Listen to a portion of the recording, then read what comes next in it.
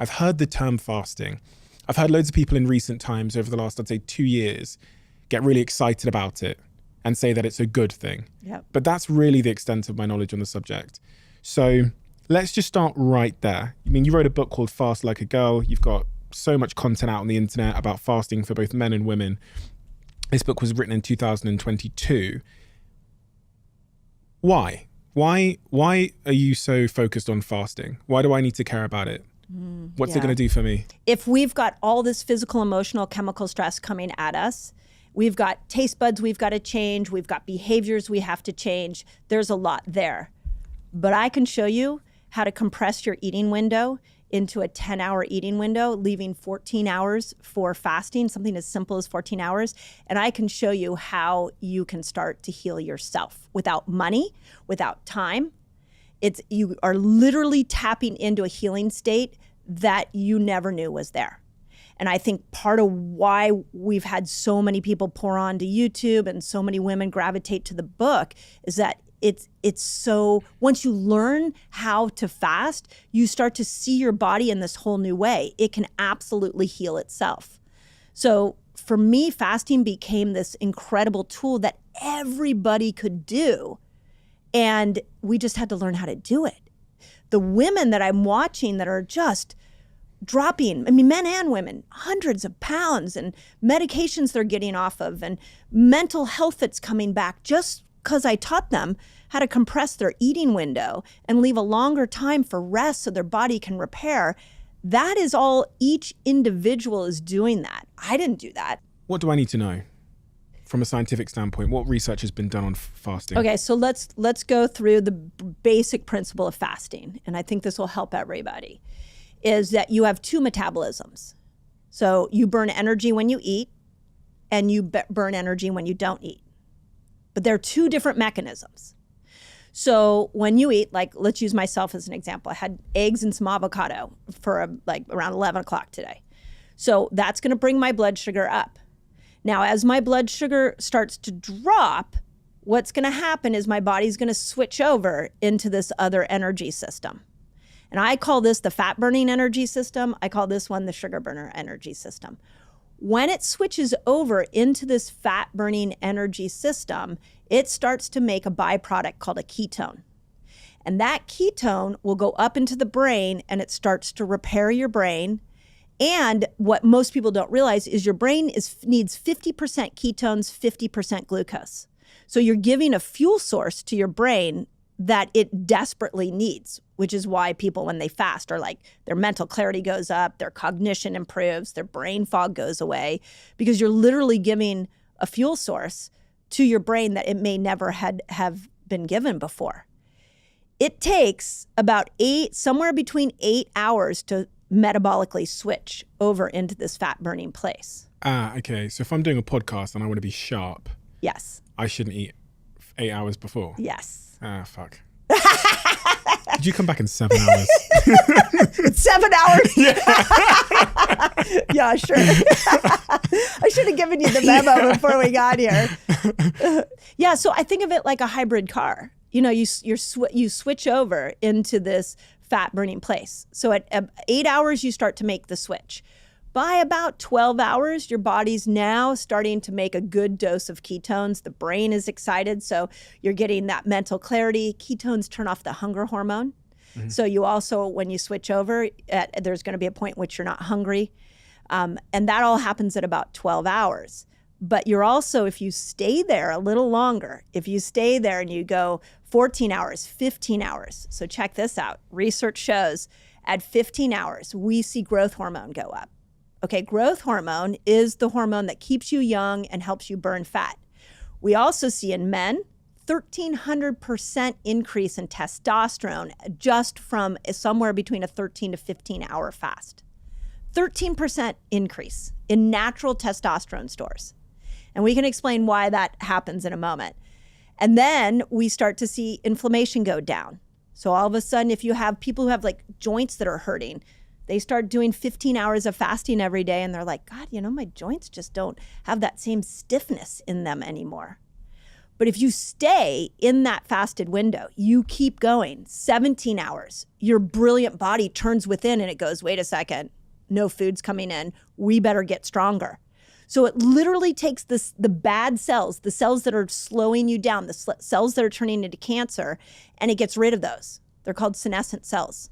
And it literally recycles them out of your system, and it goes into the cells that are still usable, and it makes them stronger. It fixes the intercellular parts. We call that autophagy. And that actually was if you want stats, the Nobel Prize in 2015 by a Japanese scientist, Dr. Osumi. He won the Nobel Prize in medicine and physiology for this term called autophagy. And that's when you go without food, your cells will heal themselves. That was back in 2015.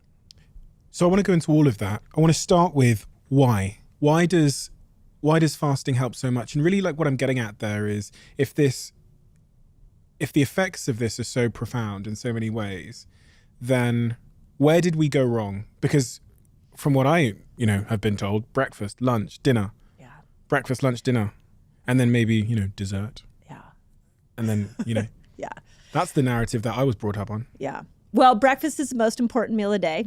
I've done a lot of research on that phrase. Do you know where it came from? No.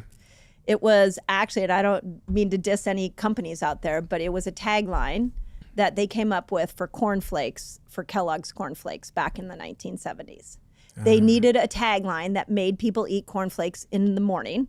And so they came up with cornflakes. Breakfast is the most important meal of the day. And that has continued until this day. I can't find any research, and many other fasting experts, many other blood sugar experts will tell you the same thing. There's just no research showing that breakfast is the most important meal of the day. So that became a myth that we need to bust. Second myth we've been taught is you can speed your metabolism up the more you eat. 6 meals a day. Remember that one? Mm-hmm. Okay, also a myth. There is no evidence that the more you eat, the faster your metabolism will be. If you want a faster metabolism, you need to know how to metabolically switch. You need to know how to go from sugar burner to fat burner. And that's where you start to lose weight. So that's the other myth that I feel like we have to break apart.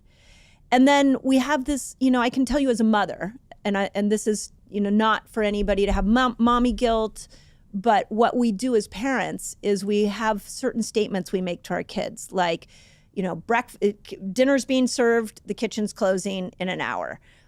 You need to eat lunch, you need to eat breakfast. Like, we are programmed when to eat by a clock, not by our own internal sense. So kids are raised to eat according to a clock, not according to when they want to eat. We don't say, am I hungry right now? No, that's so true. We all wait until 1 p.m. to have lunch. Right. And the morning we wake up, we feel like we have to have breakfast or we're doing something wrong. Yep. And then dinner time, any time between, 6 and 8, we have to sit down and eat again or we're doing something wrong. Yep. If you just unwind that. Yeah, where did that come from? Right? Usually from your parents, and it came from a schedule. What did my ancestors do before my parents existed and the schedules existed? I can tell you exactly what they did. What did they do? They came out of the cave. Okay. I'm going to go back to our primal friends. Go back to our cave friends. They came out of a cave. They didn't have a refrigerator. They didn't have a pantry. They didn't have DoorDash. They had to go find food. Did they have Uber Eats? They didn't have Uber Eats. Delivery? Yeah, I'm pretty sure they didn't have Uber Eats. But what they did is they came out of the cave and they went to go hunt food. Sometimes they could make a kill really easily and bring it home and they would feast. Sometimes the kill wasn't as easy and they had to go far to find an animal to kill. Exercise. But what did they do when they had to go super far and they couldn't get food? They switched over into this ketogenic energy system. Mm-hmm. And that ketogenic energy system supercharged them. Because every cell in the human body is the number one priority of our cells is survival. So we were built to make sure we could stay alive in the absence of food. So their ketones kicked in. And when ketones kicked in, they became mentally very focused so they could go find food. They were able to stay calm. Ketones will affect a neurotransmitter called GABA and cause GABA to come on, so you feel calm, you're focused. Ketones will power up your muscles so that all of a sudden you have this incredible muscular energy, all because they were meant to go find food so they can bring it home. Okay, so the body, which is orientated towards survival, when you hadn't eaten, it invests a lot of its sort of resources in your brain to increase the chances that you'll catch something to eat. So that's why when I fast or when I haven't eaten, I'm very focused, I'm very articulate. That's right. It seems, and I perform at my best. Bingo. That's it. Makes sense. And then what did they do when they got a kill? They came home and they feasted. They didn't necessarily ration it out. They ate, and then they divvied it up again amongst the tribe, and then they went out again until when the food was gone, maybe a couple days, maybe they'd feast for a couple days. When the food was gone, they go out again. It's called feast famine cycling. It is how humans were meant to live. The challenge we have is we have access to food all the time. That we are, feasting has taken on a really negative connotation because we're feasting on the wrong foods. But if we could go back and just be like our primal friends, and we could learn how to go in and out of this feast famine cycling, using fasting as a tool for performance, for healing, and using food in the proper way and eating the right food so that our brains will work well. And there's a whole hormonal pack or sense of food that can help support hormones. If we're really conscious about the quality of the food that we eat, we're now mimicking what our primal ancestors were doing. Does that also imply that we should exercise fasted? Because I was thinking about my ancestors, they would have been doing the most physical activity when they hadn't eaten yet. That's right. Yeah. They would have been doing the most physical activity right before they ate. Yeah. So really interesting point, and you and I were talking about this in the beginning, is that when you exercise in a fasted state, you're going to get rid of the glucose that's been stored in your muscles. So as that glucose comes out, because your body needs it to go, you don't work 100% off of ketones and 100% off of glucose. You're needing both of them at different moments of your day. So when you're exercising in a fasted state, you're getting ketones and your muscles are releasing stored sugar, which is great for anybody who wants to lose weight because now you can lean out those muscles. Now let's go back to what our primal ancestors did. When they came home, they ate meat, they ate protein, and they stimulated something called mTOR. mTOR is when you actually create muscle growth. And what we now know is it takes about 30 grams of protein to trigger these amino acid receptor sites in the muscles to cause them to grow stronger. So for you, if you work out in a fasted state, you're going to release all those stores. You're going to have those ketones for performance, but then you want to follow that up with protein so you can build your muscles strong. And that is a hack that has worked incredibly well for so many people. Okay. Historically, people have thought that fasting is a one-size-kind-of-fits-all technique, and there's one kind of fasting, which is you just, I don't know, you might just not eat for a prolonged period of time. But in your book and throughout your work, you describe these 6 different types of fasting. Yeah. What are the 6 types of fasting? And tell me what the difference is in outcome and benefit. Yeah. It's a great question. So again, fasting is when we switch over. Yeah. So now we're in the fat burning place. At about 13 to 15 hours, we start making ketones. This is intermittent fasting. That's pretty much what most people, when they say they're intermittent fasting, that's what they're doing. Okay, they take 12 to 16 hours. Yeah. They're making ketones, their testosterone's going up, inflammation's coming down, hunger might be going away. They're kind of having this, a lot of people lose weight with that. It's kind of the most common fast. Does it matter from the window? Does it matter what time I start and what time I end? Mm-mm. You get to choose. You choose what that window should be. So I could eat at 3 a.m.? You could. There's a whole nother level we can talk about why you don't want to eat in the dark. What's an ideal window, do you think? I really like, it depends on the time of the year, but in the summer, I really like somewhere, if you're going to do an 8-hour eating window, like 11 to 7 in the summer. And then in the winter, because it's darker earlier, you would do more like a 10 to 5 kind of eating window. It's not so hard to do 11 to 7. Right? Not hard at all. Not hard at all. That's not fasting. That's just having a slightly later breakfast and a slightly earlier dinner. Yeah. But it's like being intentional, right? Yeah, exactly. Because you don't want to. You gotta keep blood sugar low. Otherwise, the minute blood sugar goes up, you're gonna switch over. Right. So you can't put it. If you walk past the kitchen and put a grape in your mouth, Yeah, exactly. Yeah, which is you've pulled yourself guilty up. of. Yeah. Yes. So that's the first type of the 6 fasting styles. The second is, I'm going to try and say this word, autophagy. It's one way of saying it. People say either call it autophagy or autophagy. People say it different. You can tell me I said it wrong. I kind of landed on autophagy. I feel like autophagy is the best way to say it. Autophagy fasting, what's that? So autophagy fasting is about 17 hours in without food. Your cells will turn within and they'll start to heal themselves. And that was what Dr. Osumi's big discovery is that the cells clean themselves up. So what's interesting on this one, and this is something I really want to get out to the world, is that when you stimulate autophagy, what you're doing is you're turning on the intelligence inside the cell, and that intelligence is looking around and it's going, hey, there's a virus, there's a bacteria, get them out. So let's push these infections out of the cell. That mitochondria, it's not working well. We need to repair it. That endoplasmic reticulum inside here, it's lagging. We need to fix it. So it literally goes in and fixes everything inside the cell just at 17 hours. But one of the greatest studies that I've seen in fasting was done during COVID.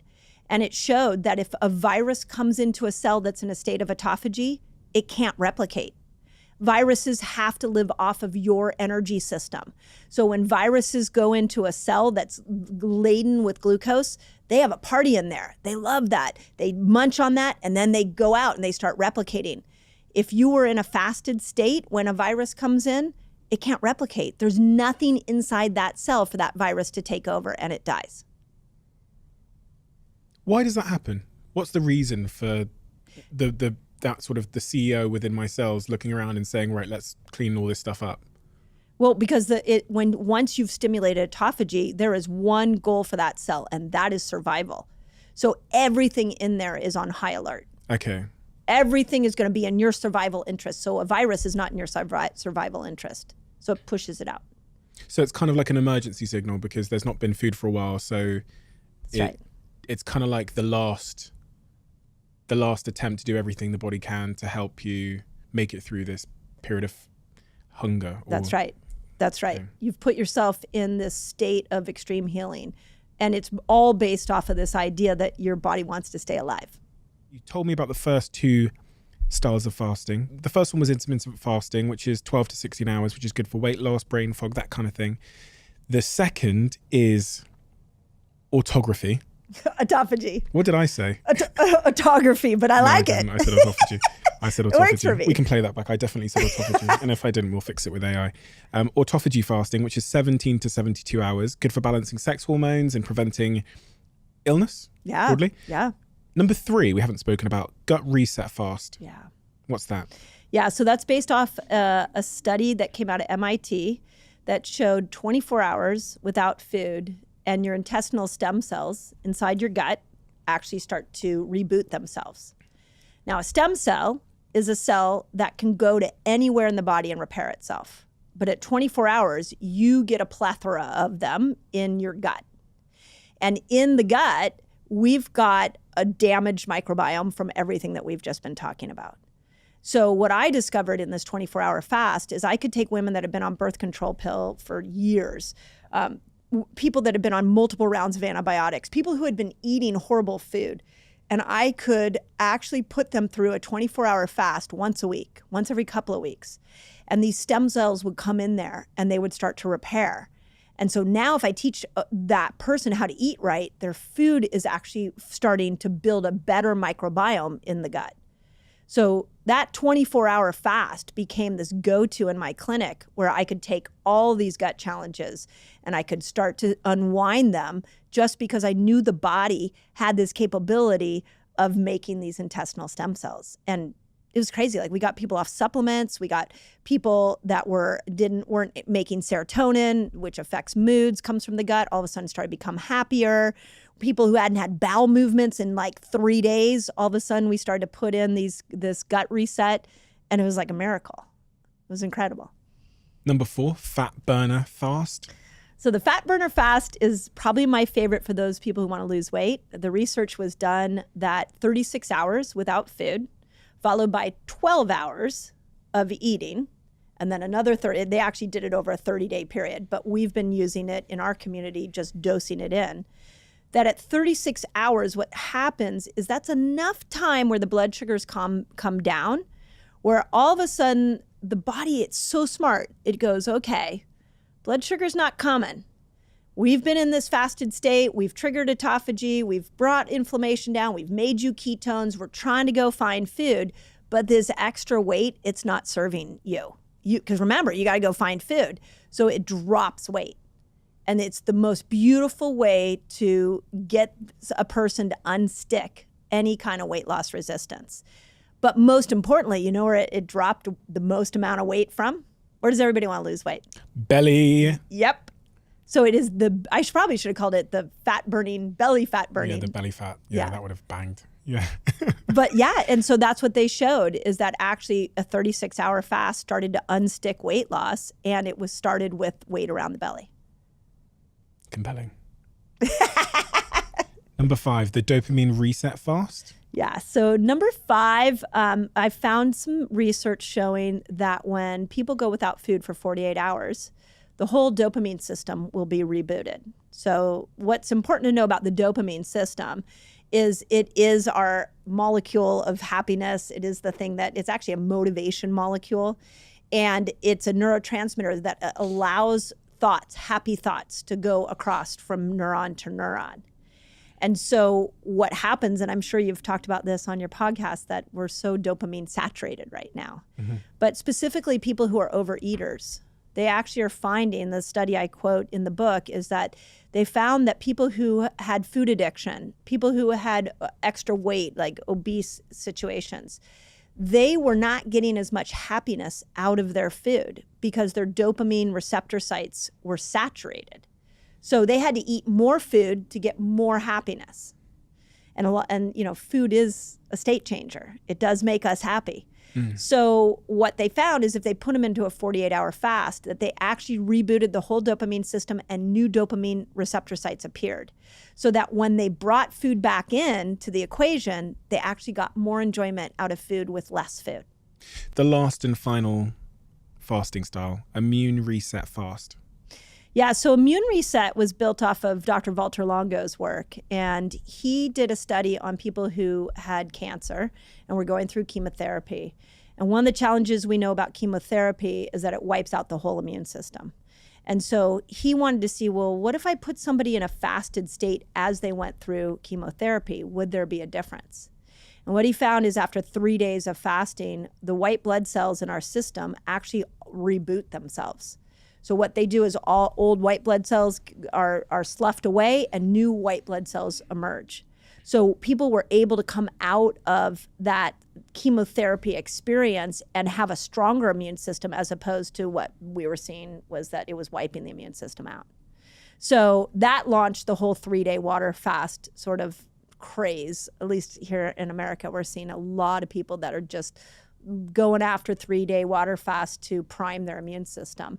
But you also at 3 days get stem cells, full systemic stem cells. So all of a sudden your body's got surging with stem cells going to all parts of the body, repairing it.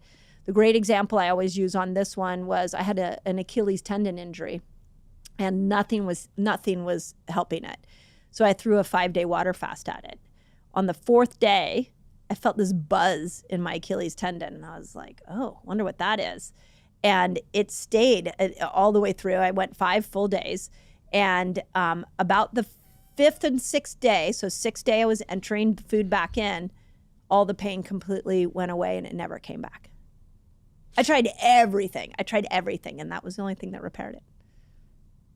It does make, again, evolutionary sense that if our body senses we're injured because we're not eating or, some other signal that we are on a course to not survive, to put it nicely, it does make sense that it might set about to repair whatever needs to be repaired.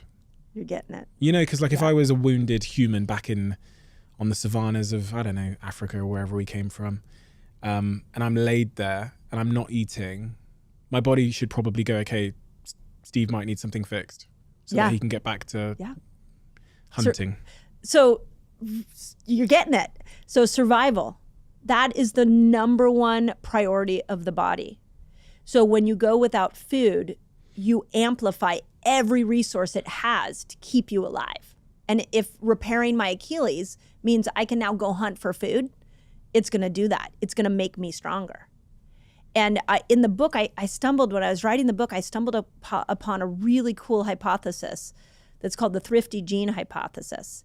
And it said that, it's a theory, obviously it's a hypothesis, it's a theory that the humans that evolved out of the primal days had a very specific genotype. And this genotype allowed us to metabolically flex and be stronger in a fasted state because we had to survive. And the people that didn't make it from that time period didn't have that gene. But think about this for this moment. So they think we all have this gene inside of us right now, this thrifty gene, where we can go long periods without food and we can survive. So what happens when we're eating all day? What happens when we're ignoring and we're not actually activating that genetic profile? So what they are now believing is that diabetes, metabolic syndrome, all of that is largely happening because we are going against the genetic profile that we are now seeing in humans. We're like on the opposite end of this spectrum. If you love the Diary of a CEO brand and you watch this channel, please do me a huge favor. Become part of the 15% of the viewers on this channel that have hit the subscribe button. It helps us tremendously, and the bigger the channel gets, the bigger the guests.